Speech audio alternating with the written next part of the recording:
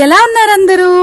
ఈ రోజైతే మనం దొండకాయ మొక్కల్ని కిచెన్ గార్డెన్ లో ఎలా సాగు చేయాలో చూసేద్దాం.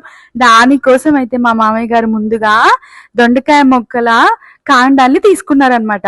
తీసుకొని ఒక ప్లేస్ అంటే మన ఇంటి దగ్గరైనా కానీ పొలంలో ఎక్కడైనా ఒక ఖాళీ ప్లేస్ ని కానీ చూస్ చేసుకొని అక్కడ బాగా త్రవ్వుకొని వీటిని మనం సాగు చేయొచ్చు అనమాట. ఈ పంట బెనిఫిట్ ఏంటంటే అండి, ఇది 1 year పొడవునా మనకి పంటనిస్తుంది అనమాట.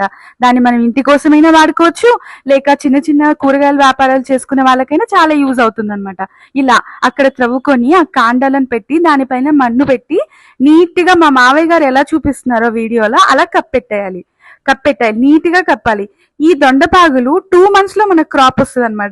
ఇప్పుడు మనం కాండాలు పెట్టాం కదా, రెగ్యులర్ గా వాటర్ వేస్తూ ఉంటే మనకి 2 months లో క్రాప్ వచ్చేస్తుంది.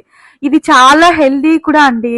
అంటే ఇలా మనం కప్పెట్టేసిన తర్వాత మా మామగారు ఏం చేస్తున్నారు, ఆ మన్ను వేసేసి దానిపైన గడ్డి కప్పారు. ఇలా గడ్డి కప్పాలి. గడ్డి కప్పి దానిపైన వాటర్ వేస్తూ ఉండాలన్నమాట. రెగ్యులర్ గా వేస్తూ ఉంటే మనకి 2 months లో ఇలా పూత వచ్చి మన చేతికి పంట కూడా వచ్చేస్తుంది. చూసారా? ఇదండి దొండకాయ మొక్కల్ని కిచెన్ గార్డెన్ లో ఎలా సాగు చేయాలో ఈరోజుకి ఇంతే అనమాట. మీకు ఇలాంటి వీడియోస్ మరిన్ని కావాలంటే దయచేసి మా ఫార్మింగ్ ఛానల్ ని మాత్రం సబ్స్క్రైబ్ చేసుకోండి, మర్చిపోకండి. Thank you so much. Bye bye.